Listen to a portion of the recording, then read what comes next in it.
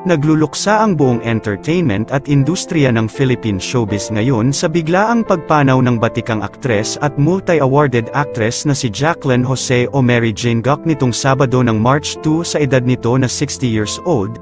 Ayon sa mga balita ay natagpuang wala ng buhay ang aktres sa kanya mismong bahay sa Loyola Grand Villas sa Quezon City nang bisitahin matapos na hindi na ito sumasagot sa mga tawag at messages ng kanyang mga kaibigan at mga kamag-anak. Nitong Lunes March 4 ay kinumpirma na din at nagbigay na ng official statement ang isa sa mga anak ni Jacqueline Jose na si Andy Eigenman kaugnay sa pagpanaw ng kanyang ina. Ayon sa naging pahayag ni Andy Eigenman ay pumanaw ang kanyang ina na si Jacqueline Jose noong umaga ng Sabado March 2 dahil sa myocardial infarction o atake sa puso.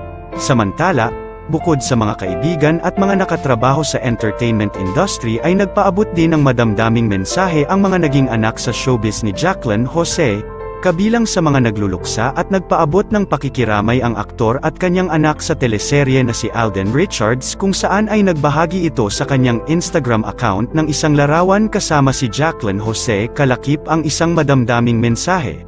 Ganoon din si Vice Ganda na itinuturing niya ding anak simula makasama niya ito sa movie na Fantastic noong taon ng 2018.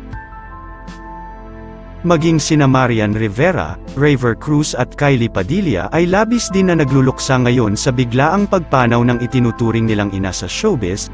Sa kanilang mga social media account ay nagbahagi ang mga ito ng mga larawan kalakip ang madamdaming mga caption kung saan ay kanilang sinariwa ang mga magagandang alaala na iniwan ni Jacqueline Jose. Isa din sa mga labis na nagluluksa ngayon ang aktor at direktor na si Coco Martin na siyang nakasama niya naman nito lamang sa primetime series ng Kapamilya Network na Ang Batang Quiapo kung saan ay ginampanan niya ang karakter na si Chief Espinas.